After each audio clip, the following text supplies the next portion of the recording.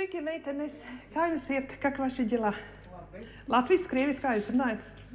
Vienalga, te runāsim latviski. Es esmu cietuma kapelāna Rudīta Losāna. Jūs jau zinat, jā, kā jums iet, vai jums ir vajadzīga kāda saruna, es jums varu atstāt veidlapas. Jā, ok?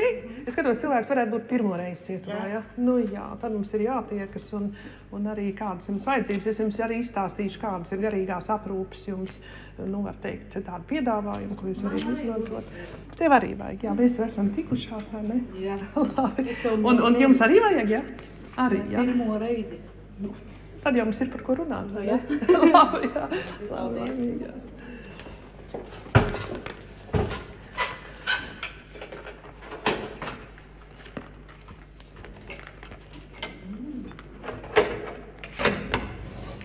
Labdien, meitenes!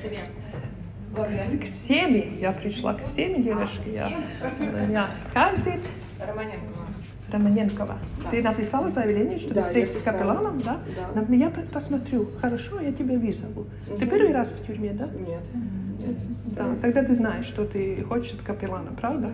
Да, я хотела поговорить по поводу батюшки. Ладно, хорошо, я тебя люблю. Староверского. Очень хорошо, да, он уже давно не был у нас, да, потому что староверы у нас мало обычно, да. Un kā te pārējām sievietēm? Labdien, cienījamās dāmas!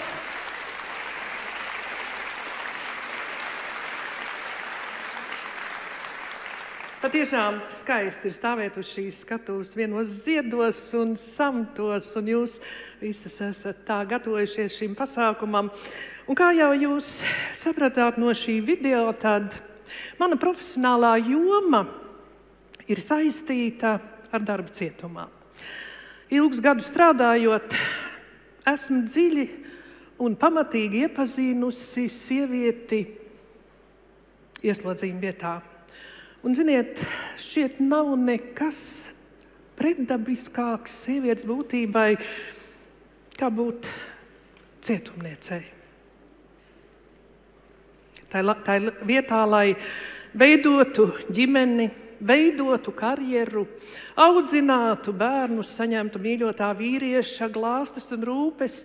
Šīs sievietes izcieš cietumsodu par kriminālu nodarījumu dažus gadus, 11 gadus un pat mūža ieslodzījumu.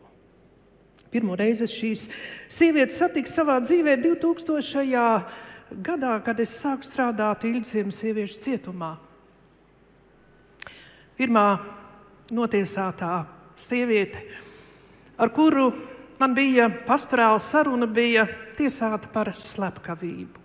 Brīvībā viņa bija pildījusi prostitūcijas pakalpojumus un savu pēdējo klientu, neizturot seksuālo un fizisko vardarbību, viņa bija noslepkavojusi. Neliekšos. Sākumā man no šīm sievietēm patiesi bija bailes, un es turējos no viņām distancē.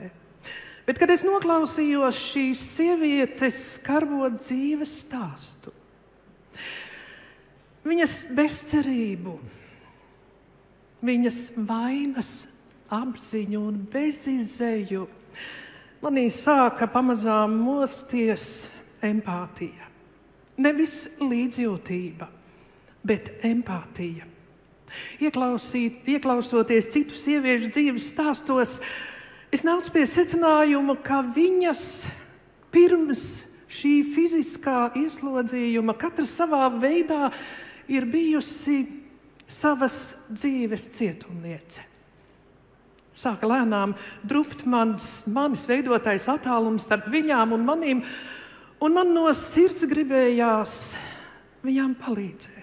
Tām sievietēm, kuras vēlas dzīvē kaut ko mainīt, lai nekad vairs neatgrieztos uz notiesāto sola. Es jau biju ievērojusi, ka ar pastorālām sarunām vienu un reliģisko aprūpi cietumā ir pa maz, jo viņas atgriežas cietumnieču subkultūrā, tajās attiecībās, kur viņu veidotās normas un likumi darbojas daudz spēcīgāk kā Dieva likumi. Tā kā mana pirmā izglītība ir kultūras un mākslas zinātņu maģistre, tad es jau pirmajās dienās, ieejot cietumā, uzlūkoju to kā kultūras fenomenu.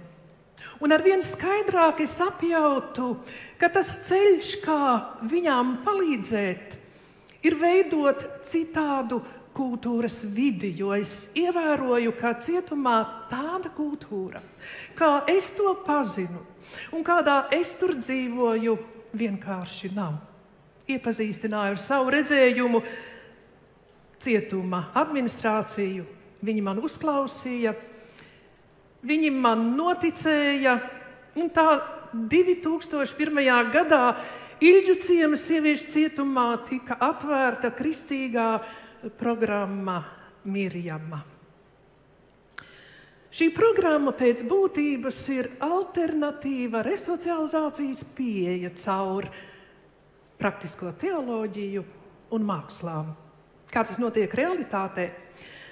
Šīs sievietes, kas dzīvo nošķirti no pārējām sievietēm, viņas veido citādu kultūras vidi, un to viņas dara pašas, kopā ar brīvprātīgajiem pasniedzējiem, kas gada laikā turpat 20 ienāk pie mums kalpot. Tie ir brīnišķīgi, pazīstami mūsu inteliģences pārstāvi, augstas raudzes teologi, profesionāli mākslinieki, savas profesijas tiešām amatnieki. Viņi ienāk pie šīm sievietēm, viņi piedāvā savu draudzību. Viņi piedāvā ar viņām kopā veidot kultūras un mākslas telpu. Viņi kļūst par sava veida iedvesmotājiem un līderiem šīm sievietēm. Māksla šajā programmā netiek izmantota, kā mums ir pierasts, kā terapeitiskais līdzeklis. Absolūti nē. Šeit māksla kopā ar šiem brīnišķīgajiem māksliniekiem ienāk kā mūza, kā iedvesmotāja, un māksla šeit tiek apgūta kā vērtība. Un savukārt šīs notiesātās sievietes šeit nav resocializācijas subjekti, bet viņas ir mākslas telpas līdzradītājas. Arī pašam nosaukumam, programmas nosaukumam Mirjama ir dziļa jēga. Tas ir sieviešu vārds un patapināts no kristiešu svētajiem rakstiem.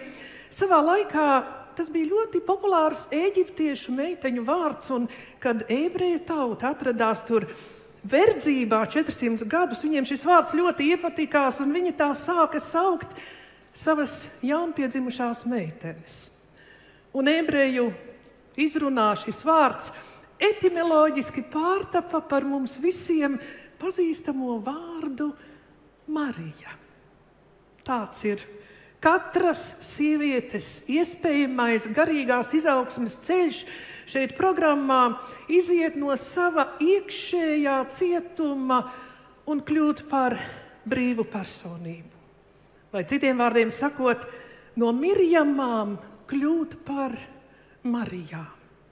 Strādājot cietumā, es esmu ne tikai iepazinusi šo sieviešu nebrīves cēloņus un robežas, bet tas ir palīdzējis apzināties arī man pašai manas nebrīves cēloņus un robežas ceļā uz iekšējo brīvību.